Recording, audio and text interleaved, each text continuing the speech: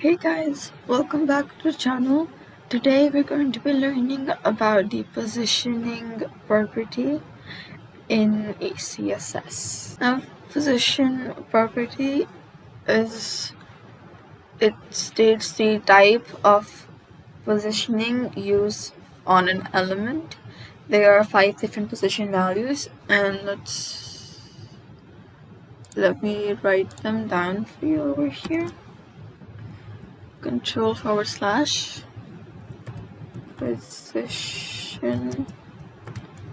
property.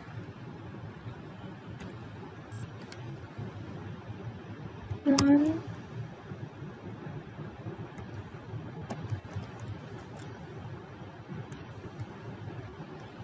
two, three, four, five.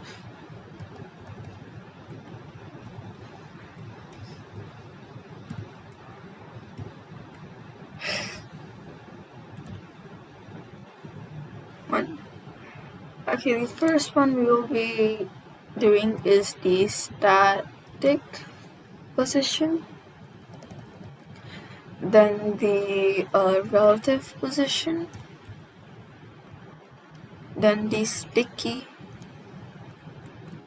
position, the fixed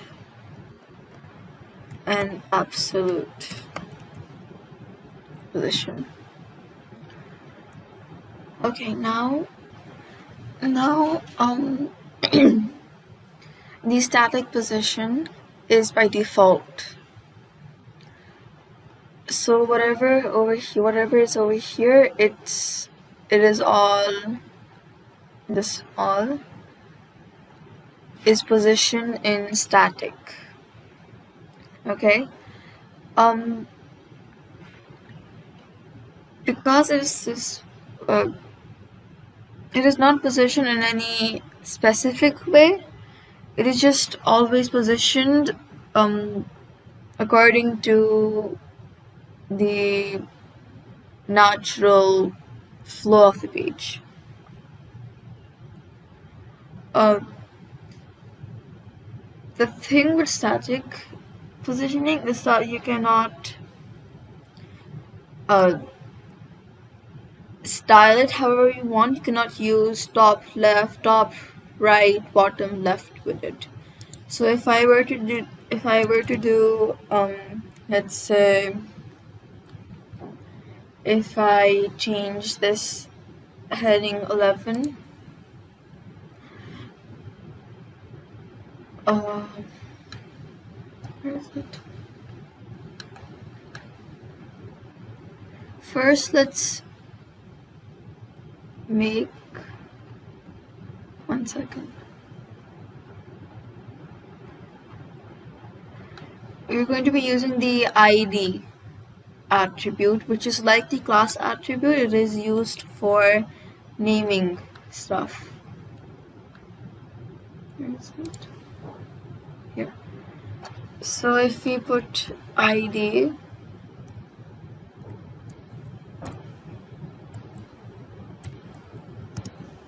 over here,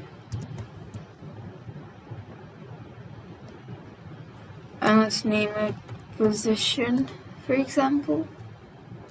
Then we go back to style.css and put dot, for class it's dot, but for ID it's hashtag position, curly brackets, and let's just in case something else goes wrong, let's just do a sample, we could say, and let's change the color to see if it's the exact same thing.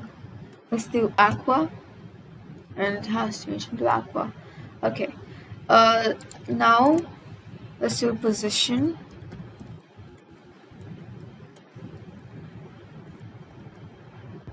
static, which is by default again, but if I change like top something, nothing would work. For example, if I do 600px, nothing happened to it. Let's change this to 200px. And now let's do another positioning left, and this would be 200 pixels, and let's change the top to 0. Okay, now let's just work on this heading 11, and next we can do the relative positioning. Now the thing with relative is that it is like static, except that it is like static, but you can change it with top, right, left, top, right, bottom, left, etc. Another thing is that it is positioned relative to its normal position. Like this is its normal position, like above this, but it is positioned relative to its normal position.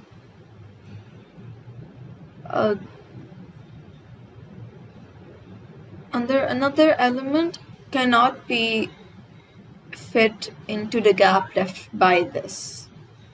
This is heading 11. So if I wanted to put something else here, I will not be able to put it. Okay. Next, let's do sticky. The thing with sticky is that I'll show you. Sticky. If you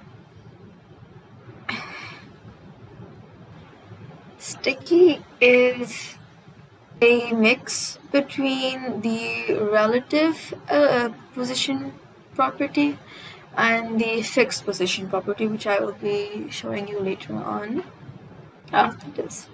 What sticky does is that, for example, this is its position, right? So it stays in that position above here. We wrote top 0 pixels, so it's completely next to it, right? It has stuck next to the top. So if I put 200 pixels, it'd be down here, but it still stay in its position until we go back to its original position. Okay. Next we have the fixed. The fixed is like the sticky, but it's different in some ways.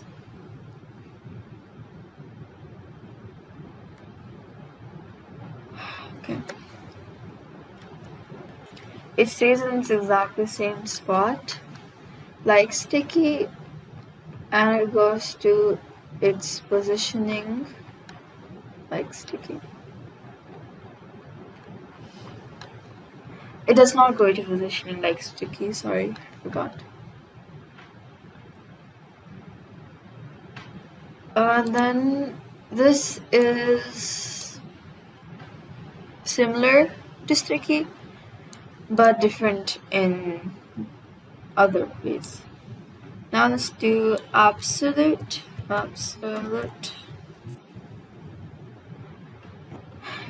It's gone. Absolute is it's something that, for example, if we change this to absolute, this thing will be positioned. If we position this box model absolute, then it will be positioned relative to this box. It will be over here, I think. It will be over here according to what the code is. Okay. But for now, as to top is 200, it will be at the very top here. This is your heading 11. The things I told you, like the box I told you just now, that's what's called a ancestor, a positioning ancestor. If, for example, if the heading 11 if this is a heading 11 was in this box, then it would be fixed over here or somewhere over here, wherever it is. But as that element did not have a box or something, did not have a positioning ancestor, it stuck itself to the body, the flow of the page. It uses this document, this web page, and moves along with the page scrolling.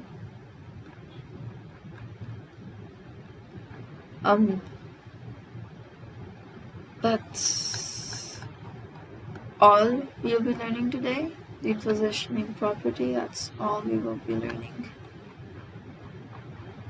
today. Thank you guys for watching, and I will see you guys in the next video. Bye.